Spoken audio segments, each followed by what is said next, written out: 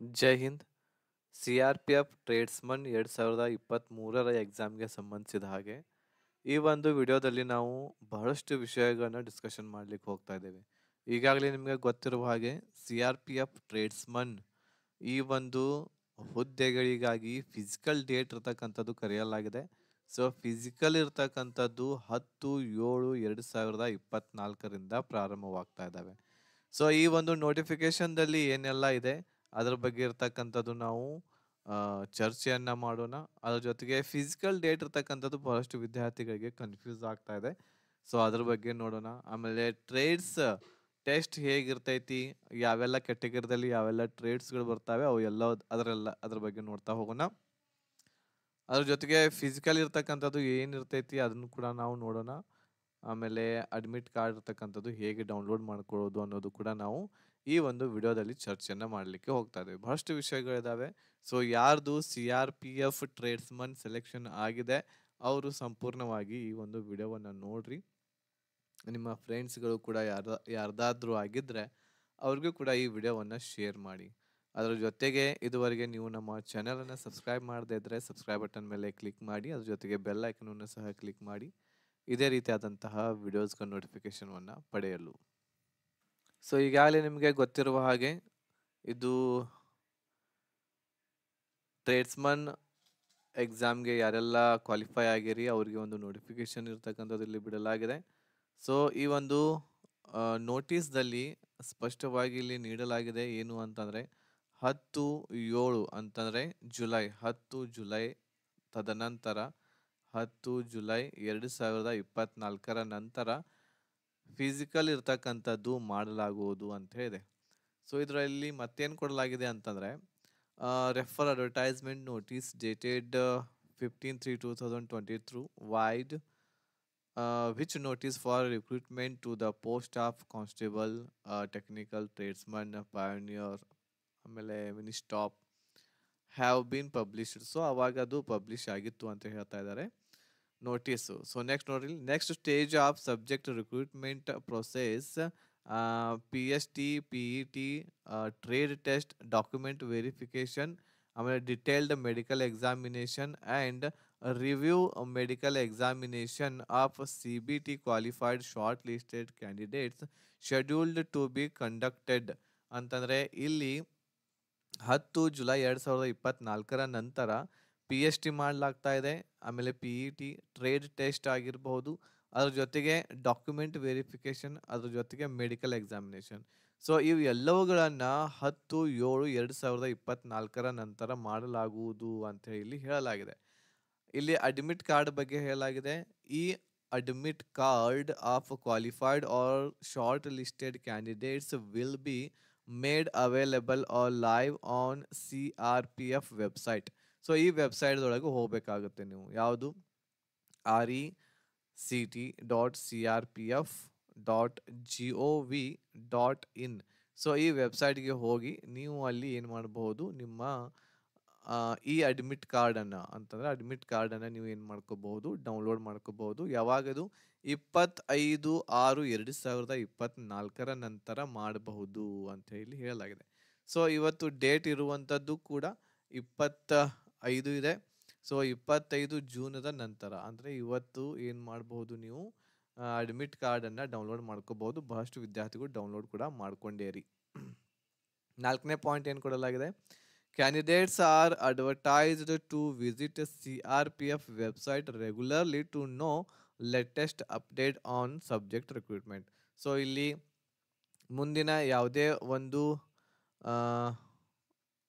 ಅಪ್ಡೇಟ್ಗೋಸ್ಕರ ನೀವು CRPF ವೆಬ್ಸೈಟನ್ನು ಪದೇ ಪದೇ ಏನು ಮಾಡಬೇಕು, ಅಲ್ಲಿ ಹೋಗಿ ವಿಸಿಟ್ ಮಾಡಿ ನೋಡ್ತಾ ಇರಬೇಕು ಅಂತ ಹೇಳಿ ಒಂದು ಸೂಚನೆ ಕೂಡ ಇಲ್ಲಿ ಕೊಡಲಾಗಿದೆ. ಸೊ ನೀವು ನಿಮ್ಮ ಒಂದು ಅಡ್ಮಿಟ್ ಕಾರ್ಡನ್ನು ಈ ಒಂದು ವೆಬ್ಸೈಟಿಗೆ ಹೋಗಿ ಡೌನ್ಲೋಡ್ ಮಾಡ್ಕೋಬಹುದು. ಸೊ ಇವತ್ತರಿಂದ ಡೌನ್ಲೋಡ್ ಆಗ್ತಾ ಇದ್ದಾವೆ. ಸೊ ಅದರಲ್ಲಿ ಒಂದು ಕನ್ಫ್ಯೂಷನ್ ಏನು ಅಂತಂದರೆ, ಒಂದು ಅಡ್ಮಿಟ್ ಕಾರ್ಡ್ದಲ್ಲಿ ಎಲ್ಲವೂ ಇರ್ತಕ್ಕಂಥದ್ದು ಕೊಡಲಾಗಿದೆ. ಏನು ಅಂತಂದರೆ PST PET ಟ್ರೇಡ್ ಟೆಸ್ಟು ಎಲ್ಲವೂ ಇರ್ತಕ್ಕಂಥದ್ದು ಕೊಡಲಾಗಿದೆ. ಬಹುಶಃ ಎಲ್ಲವೂ ಕೂಡ ಒಂದೇ ಇದರಲ್ಲಿ ನಿಮಗೆ ಮಾಡಬಹುದು ಅಂತ ಅನ್ನಿಸ್ತಾ ಇದೆ.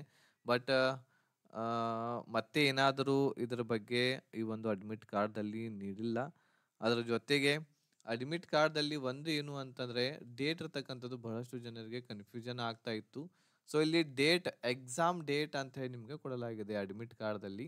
ಸೊ ಆ ಎಕ್ಸಾಮ್ ಡೇಟ್ ಹೇಗಿದೆ ಅಂತಂದ್ರೆ ಒಂದು ಉದಾಹರಣೆ ನಿಮ್ಗೆ ಹೇಳ್ತಾ ಇದ್ದೇನೆ ನಾನು. ಸೊ 7/19/2024 ಅಂತ ಇದೆ ಅಂತೇಳಿ ತಿಳ್ಕೊಳ್ರಿ. ಸೊ ಇದು ನಿಮ್ಗೆ ಗೊತ್ತಾಗ್ಬಿಡ್ತೈತಿ ಏನು ಅಂತಂದ್ರೆ ಇದು ಫಸ್ಟ್‌ಗೆ ಇರುವಂತದ್ದು ಏನು ಅಂತಂದ್ರೆ ಇದು ಮಂತ್, ಆಮೇಲೆ ಸೆಕೆಂಡ್ 19 ಏನಿದು ಡೇಟ್, ಆಮೇಲೆ ನೆಕ್ಸ್ಟ್ ಇರುವಂತದ್ದು ಇದು ಇಯರ್. ಅಂತಂದ್ರೆ ಡೇಟ್ ಇರ್ತಕ್ಕಂಥದ್ದು ಏನ್ ಮಾಡಲಾಗಿದೆ, ನಡುವೆ ನೀಡಲಾಗಿದೆ. ಅದೇ ರೀತಿ ಈ ರೀತಿ ಇದ್ರೆ ನಿಮ್ಗೆ ಈಸಿಯಾಗಿ ಗೊತ್ತಾಗ್ಬಿಡ್ತೈತಿ. ಬಟ್ ಕೆಲವೊಂದಿಷ್ಟು ಟೈಮ್‌ದೊಳಗೆ ಏನಾಗ್ತೈತಿ ಅಂತಂದ್ರೆ ಸೊ ಈ ರೀತಿ ಕೊಟ್ರು ಅಂತಂದ್ರೆ ಸೊ 6 6/9/2024 ಈ ರೀತಿ ಇರ್ತಕ್ಕಂಥದ್ದು ಕೊಟ್ರೆ ನಿಮ್ಗೆ ಕನ್ಫ್ಯೂಷನ್ ಆಗ್ತೈತಿ. ಸೊ 6ನೇ ದಿನ 6 ತಾರೀಕು ಅಂತ ತಿಳ್ಕೊತೀರಾ ನೀವು, 9ನೇ ತಿಂಗಳು ಅಂತ ತಿಳ್ಕೊತೀರಾ, ಆಮೇಲೆ ಇದು ಇಯರ್. ಸೊ ಇಲ್ಲಿ ತಪ್ಪಾಗುತ್ತೆ. ಸೊ ಇದು ಏನು ಅಂತಂದ್ರೆ ಇಲ್ಲಿ ಟೋಟಲಿ ರಾಂಗ್. ಸೊ ಇಲ್ಲಿ ಡೇಟ್ ಹೇಗಿದೆ ಅಂತಂದ್ರೆ ದಿನಾಂಕ ಇರ್ತಕ್ಕಂಥದ್ದು ನಡುವೆ ಕೊಡಲಾಗಿದೆ. ದಿನಾಂಕ ಇರ್ತಕ್ಕಂಥದ್ದು ನಡುವೆ ಕೊಡಲಾಗಿದೆ. ಫಸ್ಟ್‌ಗೆ ಇರುವಂಥದ್ದು ಅದು ಮಂತ್ ತಿಂಗಳು ಇದೆ. ಸೊ ಅದನ್ನ ನೀವು ನೋಡ್ಕೊಂಡು ನಿಮ್ಮ ಎಕ್ಸಾಮ್‌ಗೆ ಈ ಒಂದು ಫಿಸಿಕಲ್ ಎಕ್ಸಾಮ್‌ಗೆ ಇರ್ತಕ್ಕಂಥದ್ದು ಹೋಗಿ ಅಪಿಯರ್ ಇರ್ತಕ್ಕಂಥದ್ದು ಆಗ್ರಿ. ಓಕೆ. ಸೊ ಈಗಾಗಲೇ ಇದರಲ್ಲಿ ನಾನು ಫಿಸಿಕಲ್ ಡೇಟ್ ಈಗಾಗಲೇ ನಿಮಗೆ ಹೇಳಿದೆ 10/7/2024 ಸ್ಟಾರ್ಟ್ ಆಗ್ತಾ ಇದ್ದಾವೆ. ಅದರ ಜೊತೆಗೆ ಫಿಸಿಕಲ್ ಡೇಟ್ ಕನ್ಫ್ಯೂಷನ್ ಇತ್ತು ನಿಮಗೆ ಹೇಳಿದೆ. ಸೊ ನಡುವೆ ಇರುವಂತದ್ದು ಡೇಟ್ ಆಗಿದೆ. ನಡುವೆ ಇರುವಂತದ್ದು ಅದು ಡೇಟ್ ಆಗಿದೆ. ಸೊ ಫಸ್ಟಿಗೆ ಬರುವಂತದ್ದು ಅದು ಮಂತ್. ಇದಾದ್ಮೇಲೆ ಟ್ರೇಡ್ ಟೆಸ್ಟ್ ಹೇಗಿರ್ತೈತೆ ಅದನ್ನು ನೋಡೋಣ. ಆಮೇಲೆ ಹೇಗೆ ಡೌನ್ಲೋಡ್ ಮಾಡ್ಕೋಬೇಕು ಅಂತ ಹೇಳಿ ಅಂದ್ರೆ ಸೊ ಇಲ್ಲಿ ವೆಬ್ಸೈಟ್ ಈಗಾಗಲೇ ನಾನು ನಿಮಗೆ ಹೇಳಿದೆ. ಸೊ ಆ ವೆಬ್ಸೈಟಿಗೆ ಹೋಗಿ ನೀವು ವಿಸಿಟ್ ಮಾಡಿ. ಸೊ ಈ CRPF ವೆಬ್ಸೈಟ್ಗೆ ಅಲ್ಲಿಂದ ನೀವು ನಿಮ್ಮ ಅಡ್ಮಿಟ್ ಕಾರ್ಡನ್ನು ಏನು ಮಾಡ್ಬೋದು, ಡೌನ್ಲೋಡ್ ಮಾಡ್ಕೋಬಹುದು. ಸೊ ಈಗ ಟ್ರೇಡ್ ಟೆಸ್ಟ್ ಹೇಗಿರ್ತಾ ಇದೆ ಅನ್ನೋದನ್ನ ನಾವು ನೋಡೋಣ. ಸೊ ಟ್ರೇಡ್ ಟೆಸ್ಟ್ ಹೇಗಿರ್ತಾ ಇದೆ ಅನ್ನೋದನ್ನ ಒಂದು ಸ್ವಲ್ಪ ನೋಡೋದಕ್ಕಿಂತ ಮುಂಚೆ ಸೊ ಈಗಾಗಲೇ ನಿಮಗೆ ಗೊತ್ತಿರೋ ಹಾಗೆ RPF ಕಾನ್ಸ್ಟೇಬಲ್ ಮತ್ತು SI ಎಕ್ಸಾಮ್ಗೆ ಕಾಲ್ಫಾರ್ಮ್ ಆಗಿದೆ 2024ರಲ್ಲಿ ರೈಲ್ವೆ ಡಿಪಾರ್ಟ್ಮೆಂಟ್‌ದಲ್ಲಿ. ಸೊ ಇದು ಕನ್ನಡದಲ್ಲಿ ಎಕ್ಸಾಮ್ ಇರೋದರಿಂದ ಸೊ ಯಾರೆಲ್ಲ ಕನ್ನಡದಲ್ಲಿ ಪ್ರಿಪ್ರೇಷನ್ ಮಾಡಬೇಕು ಅಂತ ಅನ್ಕೊಂಡಿದ್ದೀರಾ RPF ಎಕ್ಸಾಮ್ಗೆ ಅವರಿಗೆ complete package, complete course available ಇದೆ ನಮ್ಮಲ್ಲಿ. ಸೊ ಇದರಲ್ಲಿ ಎಲ್ಲ ಕ್ಲಾಸಸ್ ವಿಡಿಯೋಸು, ಆಮೇಲೆ ಎಲ್ಲ subject PDF notes, mock test, previous year question paper, proper ಆಗಿರುವಂಥ ಗೈಡೆನ್ಸು ಇದೆಲ್ಲ ಸಿಗ್ತಾ ಇದೆ ಓನ್ಲಿ 500ದಲ್ಲಿ. ಸೊ ನೀವು ಕಾಂಟ್ಯಾಕ್ಟ್ ಮಾಡಬಹುದು ನಮಗೆ 8861927838 ನಂಬರ್ಗೆ. ಅದೇ ರೀತಿ SSC GD 2025 ಇದು ಕೂಡ ಆಗಸ್ಟ್ 27ಕ್ಕೆ ಕಾಲ್ಫರ್ಮ್ ಆಗಲಿಕ್ಕೆ ಹೋಗ್ತಾ ಇದೆ. ಸೊ ಇದಕ್ಕೂ ಕೂಡ ಕಂಪ್ಲೀಟ್ ಪ್ಯಾಕೇಜ್ ಅವೈಲೇಬಲ್ ಇದೆ. ಎಲ್ಲ subject videos plus PDF notes only 600 ರುಪೀಸಲ್ಲಿ ಕಾಂಟ್ಯಾಕ್ಟ್ ಮಾಡಬಹುದು ನೀವು. ಅದರ ಜೊತೆಗೆ MTS ಕೂಡ ಕಾಲ್ಫಾರ್ಮ್ ಆಗಲಿಕ್ಕೆ ಹೋಗ್ತಾ ಇದೆ 27 ಜೂನ್ 27/6/2024ಕ್ಕೆ. ಇನ್ನೊಂದು 2-3 ದಿವಸದಲ್ಲಿ MTS ಕಾಲ್ಫಾರ್ಮ್ ಆಗುತ್ತೆ. ಓನ್ಲಿ 10th ಇರ್ತೈತಿ. ಇದರಲ್ಲಿ ಯಾವುದೇ ರೀತಿ ಇರುವಂತಹ ಫಿಸಿಕಲ್ ಮೆಡಿಕಲ್ ಇರೋದಿಲ್ಲ. ಸೊ ಬಹಳ ಈಸಿಯಾಗಿ ನೀವು ಈ ಜಾಬನ್ನು ತಗೋಬಹುದು. ಸೊ ಇದನ್ನು ಕೂಡ ನಿಮಗೆ ಅವೈಲೇಬಲ್ ಇದೆ ಓನ್ಲಿ 600 ರುಪೀಸಲ್ಲಿ. ಇದರಲ್ಲಿ ಕೂಡ all subject videos, recorded videos plus PDF notes, mock test, previous year question paper proper ಆಗಿರುವಂಥ ಗೈಡೆನ್ಸ್ ಸಿಗ್ತಾ ಇದೆ. ಸೊ ಹೆಚ್ಚಿನ ಮಾಹಿತಿಗಾಗಿ ಕಾಂಟ್ಯಾಕ್ಟ್ ಮಾಡ್ಬೋದು 8861927838 ನಂಬರ್ಗೆ. ಈಗ ಇಲ್ಲಿ ನೋಡಬಹುದು ನೀವು ಇದು ಟ್ರೇಡ್ಸ್ಮನ್ ಕಾಲ್ಫಾರ್ಮ್ ಆಗಿರ್ತಕ್ಕಂಥದ್ದು. ಆನ್ಲೈನ್ ಅಪ್ಲಿಕೇಶನ್ ಸ್ಟಾರ್ಟ್ ಆಗಿದ್ದು, ಆಮೇಲೆ ಕ್ಲೋಸ್ ಆಗಿದ್ದು, ಎಕ್ಸಾಮ್ ನಡೆದಿದ್ದು 1/7/2023ರಿಂದ 13/7/2023ರವರೆಗೆ. ಟೋಟಲ್ ವೇಕೆನ್ಸಿಗಳು ಈಗಾಗಲೇ ನಿಮಗೆ ಗೊತ್ತಿದ್ದಾವೆ. 9,212 ಇದ್ದು 9,105 ಮೇಲ್ ಮತ್ತು 107 ಫಿಮೇಲ್ ಕ್ಯಾಂಡಿಡೇಟ್ಸ್ಗಳಿಗೆ ಇಲ್ಲಿ ಇತ್ತು. ಆಮೇಲೆ ಎಲ್ಲೆಲ್ಲಿ ಯಾವ ರಾಜ್ಯದಲ್ಲಿ ಎಷ್ಟೆಷ್ಟು ಇವೆ ಅನ್ನೋದನ್ನು ಕೂಡ ಇಲ್ಲಿ ಕೊಡಲಾಗಿತ್ತು ನೋಟಿಫಿಕೇಶನ್ದಲ್ಲಿ.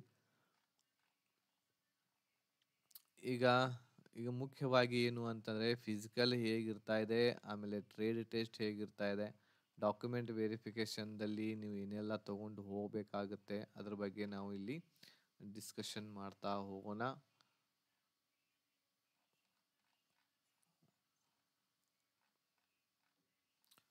ಸೊ ಇಲ್ಲಿದೆ ಇದು ಎಕ್ಸಾಮ್ ಸೆಂಟರ್ಸ್ಗಳಾದಮೇಲೆ ಇದು ಎಕ್ಸಾಮ್ ನೀವು ಬರೆದು ಬಂದಿರ್ತೀರ. Intelligence 25, general knowledge, maths 25, Hindi ಅಥವಾ ಇಂಗ್ಲೀಷ್ 25, ಈಗಾಗಲೇ ಇದು ಮುಗಿದು ಹೋಗಿರುವಂಥದ್ದಿದೆ.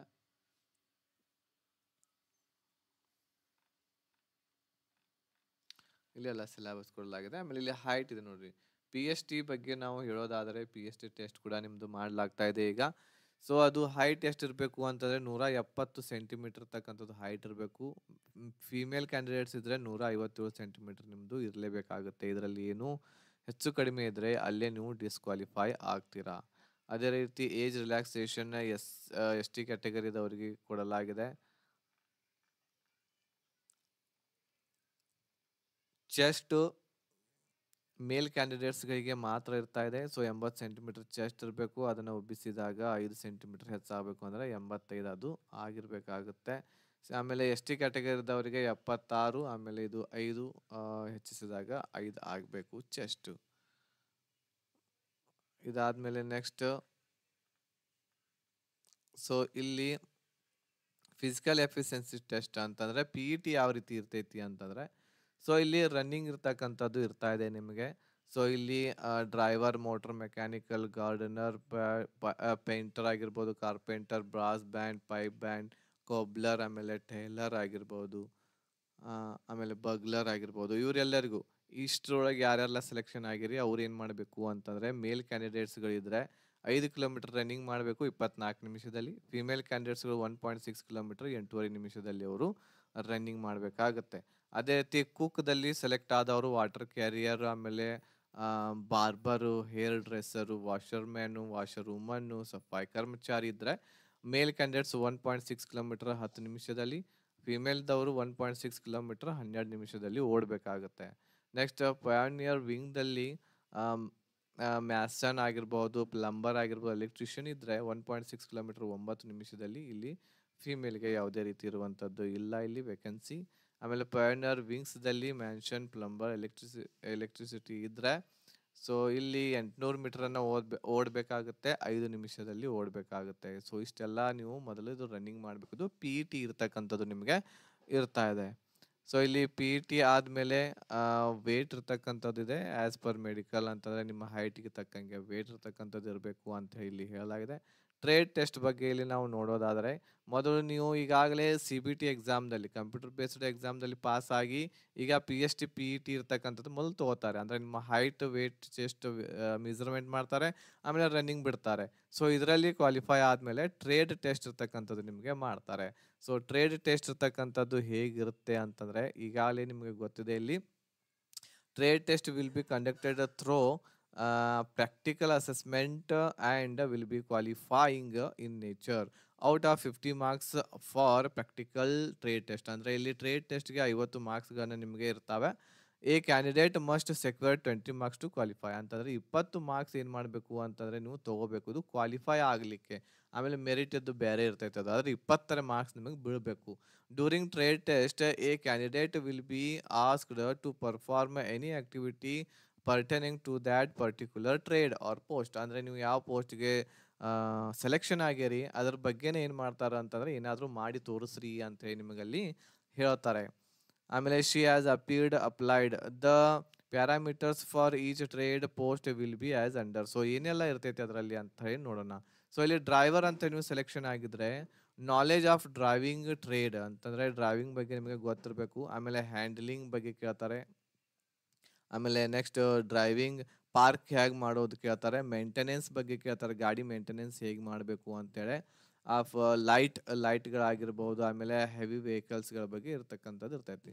ಫಿಟ್ಟರ್ ಇದ್ದರೆ ನಾಲೆಜ್ ಇನ್ ಆಟೋಮೊಬೈಲ್ಸ್ ಫಿಟ್ಟರ್ ಬಗ್ಗೆ ಕೇಳ್ತಾರೆ. ಆಮೇಲೆ ಮೋಟರ್ ಮೆಕ್ಯಾನಿಕ್ ಬಗ್ಗೆ ಟ್ರೇಡ್ ಇರ್ತಾ ಇದೆ. ಆಮೇಲೆ ಹ್ಯಾಂಡ್ಲಿಂಗ್ ಆಫ್ ಟೂಲ್ಸ್ಗಳನ್ನ ಯಾವ ರೀತಿ ಯೂಸ್ ಮಾಡಬೇಕು ಅಂತ ಹೇಳಿ ಕೇಳ್ತಾರೆ. ಆಮೇಲೆ ಬಗ್ಲರ್ ಇದ್ರೆ ಅದನ್ನ ಬಾರಿಸ್ಬೇಕಾಗುತ್ತೆ, ಪ್ಲೇಯಿಂಗ್ ಮಾಡಬೇಕಾಗ್ತತೆ. ಹ್ಯಾಂಡ್ಲಿಂಗ್ ಆ್ಯಂಡ್ ಮೇಂಟೆನೆನ್ಸ್ ಅದನ್ನು ಯಾವ ರೀತಿ ಇಟ್ಕೋಬೇಕು, ಯಾವ ರೀತಿ ತೊಗೋಬೇಕು, ಯಾವ ರೀತಿ ಇಡಬೇಕು ಅದ್ರ ಬಗ್ಗೆ ಬಗ್ಲರ್ ಬಗ್ಗೆ ಕೇಳ್ತಾರೆ. ಟೇಲರ್ ಇದ್ರೆ ಟೇಕಿಂಗ್ ಮೆಜರ್ಮೆಂಟ್ ಆಫ್ ಪರ್ಸನ್ ಅಂತ, ಒಬ್ಬ ವ್ಯಕ್ತಿಯ ಮೆಜರ್ಮೆಂಟ್ ಹೇಗೆ ತೆಗೆದುಕೊಳ್ಬೇಕು, ಹೇಗೆ ಕಟ್ ಮಾಡಬೇಕು ಅರ್ಬಿಯನ್ನು, ಆಮೇಲೆ ಕ್ಲಾತನ್ನು ಹೇಗೆ ಸ್ಟಿಚ್ ಮಾಡಬೇಕು ಅದ್ರ ಬಗ್ಗೆ ಕೇಳ್ತಾರೆ. Next cutting and stitching of warm clothing, ಆಮೇಲೆ ಯೂನಿಫಾರ್ಮ್ಗಳನ್ನ ಹೇಗೆ ಹೊಲಿಬೇಕು ಅನ್ನೋದನ್ನು ಇಲ್ಲಿ ನಿಮಗೆ ಕೇಳ್ತಾರೆ. ಅದನ್ನು ನೀವು ಹೇಳಬೇಕಾಗತ್ತೆ, ಅಲ್ಲಿ ಮಾಡಿ ತೋರಿಸ್ಬೇಕಾಗತ್ತೆ. ನೆಕ್ಸ್ಟ್ ಕೋಬ್ಲರ್ ಇದ್ರೆ having knowledge of his trade. Polishing of ಶೂಸ್ಗಳನ್ನ ಹೇಗೆ ಪಾಲಿಶ್ ಮಾಡಬೇಕಾಗುತ್ತೆ, ಹೇಗೆ ಅದಕ್ಕೆ ಅವೆಲ್ಲ ಆ, ಏನು ಕ್ರೀಮ್ಸ್ಗಳಿರ್ತವೆ ಅದನ್ನ ಹೇಗೆ ಹಚ್ಚಬೇಕು. ಆಮೇಲೆ ಹ್ಯಾಂಡ್ಲಿಂಗ್ ಆಫ್ ಟೂಲ್ಸ್, ಅದರಲ್ಲಿರುವಂಥ ಬ್ರಷ್ ಅವು ಎಲ್ಲ ಹೇಗೆ ಮೇಂಟೆನೆನ್ಸ್ ಮಾಡಬೇಕು.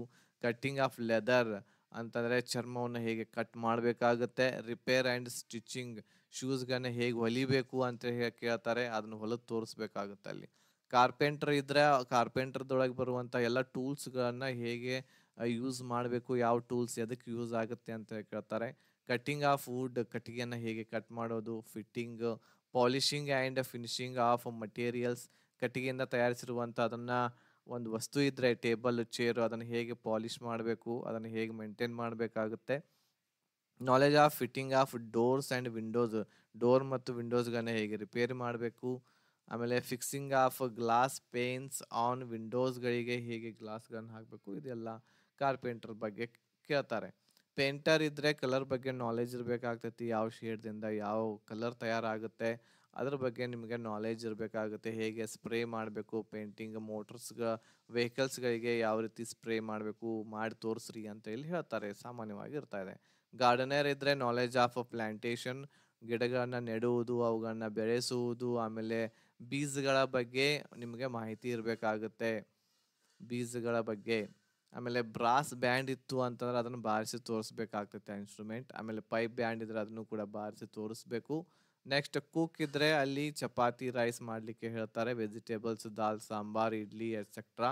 ಇದು 100 ಜನರಿಗೆ ಮಾಡಲಿಕ್ಕೆ ಹೇಳ್ತಾರೆ. ಆಮೇಲೆ ಮೀಟ್ ಮಾಡಲಿಕ್ಕೆ ಬರಬೇಕು, ಮಾಂಸಾಹಾರಿ, ಫಿಶ್, ಎಗ್, ಖೀರ್ ಅವು ಎಲ್ಲ ಮಾಡ್ಲಿಕ್ಕೆ. ಹುಗ್ಗಿ ಅಂತ ಹೇಳ್ತೇವೆ ನಾವು, ಹುಗ್ಗಿ ಅದನ್ನ ಯಾವ ರೀತಿ ಮಾಡ್ತೀವಿ ಅನ್ನೋದನ್ನ ಸ್ವೀಟ್ ಮಾಡಲಿಕ್ಕೆ ಬರ್ಬೇಕು. ವಾಟರ್ ಕ್ಯಾರಿಯರ್ ಇದ್ರೆ ವಾಷಿಂಗ್ ಆಫ್ ಯುಟೆನ್ಸಿಲ್. ಆಮೇಲೆ knead kneading of atta for making chapatis for about 100 men and cutting of vegetable. ಆಮೇಲೆ ವೆಜಿಟೇಬಲ್ಸ್ಗಳನ್ನ ವಾಟರ್ ಕ್ಯಾರಿಯರ್ ಇದ್ರೆ ಬರೀ ನೀರು ತರೋದು ಹೇಳಂಗಿಲ್ಲ. ಅಲ್ಲಿ ಏನು ಮಾಡ್ತಾರೆ ಅಂತಂದರೆ ನಿಮಗೆ ವೆಜಿಟೇಬಲ್ಸ್ಗಳನ್ನ ಕಟ್ ಮಾಡಲಿಕ್ಕೆ ಹೇಳ್ತಾರೆ. ವೆಜಿಟೇಬಲ್ಸ್ಗಳನ್ನ ಕಟ್ ಮಾಡಬೇಕಾಗುತ್ತೆ. ಅದರ ಜೊತೆಗೆ ಚಪಾತಿ ಮಾಡಲಿಕ್ಕೆ 100 ಜನರಿಗೆ ಎಷ್ಟು ನೀರು ಬೇಕಾಗ್ತೈತಿ ಆ ರೀತಿ ಕೇಳ್ತಾರೆ. ಆಮೇಲೆ ಯುಟೆನ್ಸಿಲ್ಸ್ಗಳನ್ನ ತೊಳಿಬೇಕಾಗ್ತೈತಿ. ಕೆಲವೊಂದಿಷ್ಟು ಪಾತ್ರೆಗಳಿರ್ತವೆ, ಪಾತ್ರೆಗಳನ್ನ ತೊಳಿಬೇಕು. ಸೊ ಅದೆಲ್ಲ ಇರ್ತಕ್ಕಂಥದ್ದು ವಾಟರ್ ಕ್ಯಾರಿಯರ್ ಅವರ ಕೆಲಸ ಆಗಿರ್ತೈತಿ. ನೆಕ್ಸ್ಟ್ ಬಾರ್ಬರ್ ಇದ್ರೆ, ಸೊ ಬಾರ್ಬರ್ದೊಳಗೆ ಬರುವಂತಹ ಕತ್ರಿ, ಆಮೇಲೆ ಬಾಚಿನಿಕೆ, ಅವೇನೆಲ್ಲ ಟೂಲ್ಸ್ಗಳು ಬರ್ತಾವೆ ಅದ್ರ ಬಗ್ಗೆ ಇರ್ತಕ್ಕಂಥದ್ದು ನಿಮಗೆ ಜ್ಞಾನ ಇರಬೇಕಾಗ್ತೈತಿ. ಆಮೇಲೆ ಯಾವ ರೀತಿ ನಾವು ಕಟ್ಟಿಂಗ್ ಮಾಡ್ಬೇಕು ಅನ್ನೋದು ಕೂಡ ಇಲ್ಲಿ ನಿಮಗೆ ಗೊತ್ತಿರಬೇಕಾಗ್ತೈತಿ ಇದು. ನೆಕ್ಸ್ಟ್ ವಾಷರ್ ಮ್ಯಾನ್ ಇದೆ. ಸೊ ಇಲ್ಲಿ ವಾಷಿಂಗ್, ಇಲ್ಲಿ ಕ್ಲೋತ್ಸ್ಗಳನ್ನ ಒಗೆಯೋದಾಗಿರ್ಬೋದು. ಆಮೇಲೆ ಐರನಿಂಗ್ ಮಾಡೋದು ಅಂತಂದರೆ ಬಟ್ಟೆಗಳನ್ನ ಇಸ್ತ್ರಿ ಮಾಡೋದು, ಯೂನಿಫಾರ್ಮು, ಉಲ್ಲನ್ನು. ಆಮೇಲೆ ಈ ರೀತಿ ಇರುವಂಥದ್ದು ಇಲ್ಲಿ ನಿಮಗೆ ವಾಷರ್ ಮ್ಯಾನ್ದವ್ರಿಗೆ ಕೇಳ್ತಾರೆ. ಸಫಾಯಿ ಕರ್ಮಚಾರಿ, ಸ್ವೀಪಿಂಗ್ ಆಫ್ ಫ್ಲೋರ್ಸ್ ಅಂತಂದರೆ ಕೆಳಗಿರುವಂತಹ ಏನು ಫರ್ಶ್ಗಳಿರ್ತವೆ, ಟೈಲ್ಸ್ಗಳು, ಅವುಗಳನ್ನ ಒರೆಸೋದಾಗಿರ್ಬೋದು. ಆಮೇಲೆ open area and cleaning of toilets ಆಗಿರ್ಬೋದು, ಬಾತ್ರೂಮ್ಸ್ ಅವೆಲ್ಲ ಕ್ಲೀನ್ ಮಾಡಲಿಕ್ಕೆ ಅಲ್ಲಿ ನಿಮಗೆ ಹೇಳ್ತಾರೆ. ಹೇಗೆ ಮಾಡ್ತೀರಾ ನೀವು ಅನ್ನೋದನ್ನು ನೋಡ್ತಾರೆ ಅಲ್ಲಿ. ನೆಕ್ಸ್ಟ್ ಮ್ಯಾಸನ್ ಇದೆ. Knowledge of masonry work, handling tools, mixing of cement. Next calculation of area of wall, pillar. ಅಂದರೆ ಮ್ಯಾಸನ್ ಅಂತಂದರೆ ಏನು, ನಾವು ಸಾಮಾನ್ಯವಾಗಿ ಏನು ಹೇಳ್ತೇವೆ, ಗೌಂಡಿ ಅಂತ ಹೇಳ್ತೇವೆ. ಅಂತಂದರೆ ಗೌಂಡಿ ಕೆಲಸ ಮಾಡೋದು, ಮನೆ ಕಟ್ಟುವವರು. ಸೊ ಅದ್ರ ಬಗ್ಗೆ ನಿಮಗೆ ಗೊತ್ತಿರಬೇಕು. ಅದ್ರ ಟೂಲ್ಸ್ಗಳು ಇರ್ತವೆ, ಅದ್ರ ಬಗ್ಗೆ ಗೊತ್ತಿರಬೇಕು. ಪ್ಲಂಬರ್ ಅಂತಂದರೆ ಈಗ ನಿಮಗೆ ಗೊತ್ತೇ ಪೈಪ್ ಕೆಲಸ ಮಾಡೋದು, ಅದ್ರ ಬಗ್ಗೆ ಟೂಲ್ಸ್ಗಳು ಇರ್ತವೆ, ಅವುಗಳ ಬಗ್ಗೆ ನಿಮಗೆ ಗೊತ್ತಿರಬೇಕು. ಪೈಪ್ಸ್ಗಳ ಬಗ್ಗೆ ಮಾಹಿತಿ ಇರಬೇಕು, ಅದನ್ನು ಯಾವ ರೀತಿ ಫಿಟ್ಟಿಂಗ್ ಮಾಡಬೇಕು ಅಲ್ಲೆಲ್ಲ ಗೊತ್ತಿರಬೇಕು. ಅದೇ ರೀತಿ ಇಲೆಕ್ಟ್ರಿಷಿಯನ್ ಇದೆ. ಅದೇ ನಾಲೆಜ್ ಆಫ್ ಎಲೆಕ್ಟ್ರಿಕ್ ವರ್ಕ್ ಬಗ್ಗೆ ಗೊತ್ತಿರಬೇಕು. ಫಿಟ್ಟಿಂಗ್ MCB, ಫಿಟ್ಟಿಂಗ್ ಆ ಪ್ಲಗ್ಸ್ಗಳನ್ನ, ಬಲ್ಬ್ಸ್ಗಳನ್ನ ಹೇಗೆ ಹಾಕೋದು, ಹೋಲ್ಡರ್ಸ್ಗಳನ್ನ ಹೇಗೆ ಫಿಟ್ಟಿಂಗ್ ಮಾಡೋದು. ಆಮೇಲೆ 11,000 ವೋಲ್ಟ್ಸ್ ಆ್ಯಂಡ್ 440 ವೋಲ್ಟ್ಸ್ ಬಗ್ಗೆ ಗೊತ್ತಿರಬೇಕು, ಸಪ್ಲೈಯಿಂಗ್ ಬಗ್ಗೆ. ಆಮೇಲೆ ಪ್ರಿಪ್ರೇಷನ್ ಆಫ್ ಅರ್ಥಿಂಗ್ ಪ್ಯಾನೆಲ್ ಅಂತ ಆರ್ಥಿಂಗ್ ಕೊಡೋದು, ಅದ್ರ ಬಗ್ಗೆ ಗೊತ್ತಿರಬೇಕು. ಜನ್ರೇಟರ್ ಬಗ್ಗೆ ಗೊತ್ತಿರೋದು, ಸೆಟ್ ಹೇಗೆ ಮಾಡ್ತಾರೆ ಕರೆಂಟ್ ಹೋದಾಗ. ನೆಕ್ಸ್ಟ್ ಕಾಪರ್, ಅಲ್ಯೂಮಿನಿಯಂ ವೈರ್ ಬಗ್ಗೆ ನಿಮಗೆ ಯಾವ ರೀತಿ ಯೂಸ್ ಮಾಡಬೇಕು ಅನ್ನೋದು ಗೊತ್ತಿರಬೇಕಾಗುತ್ತೆ. ಸೊ ಇವು ನಿಮಗೆ ಅಲ್ಲೆಲ್ಲ ಟ್ರೇಡ್ ಟೆಸ್ಟ್ ತೊಗೋತಾರೆ. ಆಮೇಲೆ ಇದ್ರೊಳಗೆ ಪಾಸ್ ಆದರೆ ಅಂತಂದರೆ ಡಾಕ್ಯುಮೆಂಟ್ ವೆರಿಫಿಕೇಷನ್ ಇರ್ತಾ ಇದೆ. ಡಾಕ್ಯುಮೆಂಟ್ ವೆರಿಫಿಕೇಷನ್ದಲ್ಲಿ ನಿಮಗೆ ನಿಮ್ಮಲ್ಲಿ ಇರುವಂತಹ 10th ಮಾರ್ಕ್ಸ್ ಕಾರ್ಡ್ ಆಗಿರ್ಬೋದು, ಡೊಮೆಸಿಲ್ ಸರ್ಟಿಫಿಕೇಟ್ ಆಗಿರ್ಬೋದು, ಅದು ನಿಮ್ಮ ಕಡೆ ಇರಬೇಕು. ಇದಾದ್ಮೇಲೆ ನೆಕ್ಸ್ಟ್ ಇದಂತೂ ನಿಮಗೆ ಎಕ್ಸ್ ಸರ್ವಿಸ್ ಮ್ಯಾನ್ ಇದ್ರೆ ಅದಿರಬೇಕಾಗುತ್ತೆ. ಆಮೇಲೆ ಕಾಸ್ಟ್ ಸರ್ಟಿಫಿಕೇಟ್ ನೀವು ಏನು ತೆಗ್ಸಿರ್ತೀರ ಅದಿರಬೇಕು. ಒ ಬಿ ಸಿ ಇದ್ರೆ O B C, S C S T ಇದ್ರೆ ಎಸ್ ಸಿ ಎಸ್ ಟಿ, ಇವು ಎಲ್ಲವುಗಳು ಇರ್ತಕ್ಕಂಥದ್ದು ಸೆಂಟ್ರಲ್ ಗೌರ್ಮೆಂಟ್ದ ಇಂಗ್ಲೀಷ್ದಲ್ಲಿ ಏನು ಮಾಡಬೇಕು ಅಂತಂದರೆ ನೀವು ನಿಮ್ಮ ಕಾಸ್ಟ್ ಸರ್ಟಿಫಿಕೇಟು ಉಳಿದಿರೋ ಎಲ್ಲ ಸರ್ಟಿಫಿಕೇಟ್ ಇರ್ತಕ್ಕಂಥದ್ದು ತೆಗಿಸ್ಬೇಕು. ಡ್ರೈವರ್ ಇದ್ದರೆ ನೀವು ಲೈಸೆನ್ಸು, ಈ ರೀತಿ ಎಲ್ಲ ಇರ್ತಕ್ಕಂಥದ್ದು ನಿಮ್ಮ ಡಾಕ್ಯುಮೆಂಟ್ ವೆರಿಫಿಕೇಷನ್ ಇಲ್ಲಿ ನಡೀತಾ ಇದೆ. ಇದಾದಮೇಲೆ ಮೆಡಿಕಲ್ ಇರ್ತಾ ಇದೆ. ಮೆಡಿಕಲ್ದಲ್ಲಿನೂ ಕೂಡ ನಿಮಗೆ ಎಲ್ಲ ಐ ಚೆಕ್ ಮಾಡ್ತಾರೆ. ಆಮೇಲೆ ವಿಸಿಬಿಲಿಟಿ ಇದೆಯೋ ಇಲ್ಲೋ ಕರೆಕ್ಟಾಗಿ ಅದನ್ನು ಚೆಕ್ ಮಾಡ್ತಾರೆ. ಇದೆಲ್ಲ ಸಾಮಾನ್ಯವಾಗಿ ಇದರಲ್ಲಿ ಇರ್ತಾ ಇದೆ. ಸೊ ಇಷ್ಟು ಆದ ತಕ್ಷಣ ನಿಮಗೆ ಫೈನಲ್ ಲಿಸ್ಟ್ ಬಿಡ್ತಾರೆ. ಫೈನಲ್ ಲಿಸ್ಟ್ ಆದಮೇಲೆ ನೀವು ಜಾಬ್ಗೆ ಸೇರ್ಕೋತೀರ. ಇಷ್ಟೆಲ್ಲ ಮಾಹಿತಿ ಇರ್ತಕ್ಕಂಥದ್ದು ಇದರಲ್ಲಿ ಇರ್ತಾ ಇದೆ. ಸೊ ಇದೆಲ್ಲ ಮಾಹಿತಿ ನಿಮಗಾಗಿ ನಾವು ಹೇಳಿದ್ವಿ. ಸೊ ಟ್ರೇಡ್ಸ್ಮನ್ ಇರ್ತಕ್ಕಂಥದ್ದು ಯಾವ ರೀತಿ ಇರುತ್ತೆ ಏನಂತೇಳಿ. ಮತ್ತೆ ಏನಾದರೂ ಡೌಟ್ಸ್ಗಳಿದ್ರೆ ನನಗೆ ಕಮೆಂಟ್ ಮಾಡಿರಿ. ಸೊ ಆರ್ ಪಿ ಎಫ್ ಕೋರ್ಸ್ಗೆ ಜಾಯ್ನ್ ಆಗೋರು ಕೂಡ ಜಾಯ್ನ್ ಆಗ್ಬೋದು ಓನ್ಲಿ 500 ರುಪೀಸ್ದಲ್ಲಿ. ಅದ್ರ ಜೊತೆಗೆ ನೆಕ್ಸ್ಟು ಜಿ ಡಿ ಕ್ಲಾಸ್ಗೆ ಜಾಯ್ನ್ ಆಗ್ಬೋದು 600 ರುಪೀಸ್ದಲ್ಲಿ. ಆಮೇಲೆ ಎಮ್ ಟಿ ಎಸ್ ಕ್ಲಾಸ್ಗೆ ಜಾಯ್ನ್ ಆಗ್ಬೋದು 600 ರುಪೀಸಲ್ಲಿ. ಇಷ್ಟು ಕಡಿಮೆ ಅಮೌಂಟಲ್ಲಿ ನಿಮಗೆ ಎಲ್ಲೂ ಕೂಡ ಕೋರ್ಸ್ ಸಿಗೋದಿಲ್ಲ. ಬೇಗನೆ ಜಾಯ್ನ್ ಆಗಬಹುದು. ಹೆಚ್ಚಿನ ಮಾಹಿತಿಗಾಗಿ ನೀವು ಕಾಂಟ್ಯಾಕ್ಟ್ ಮಾಡ್ಬೋದು 8861927838 ನಂಬರ್ಗೆ. ಈ ಮಾಹಿತಿ ನಿಮಗೆ ಇಷ್ಟ ಆಗಿತ್ತು ಅಂತಂದರೆ ಲೈಕ್ ಮಾಡಿ, ಶೇರ್ ಮಾಡಿ, ನಿಮ್ಮ ಎಲ್ಲ ಫ್ರೆಂಡ್ಸ್ಗಳಿಗೆ ಕೂಡ ತಿಳಿಸಿ ಅಂತ ಹೇಳ್ತಾ ಈ ವಿಡಿಯೋ ಇಲ್ಲಿಗೆ ಮುಗಿಸ್ತಾ ಇದ್ದೀನಿ. ಧನ್ಯವಾದ.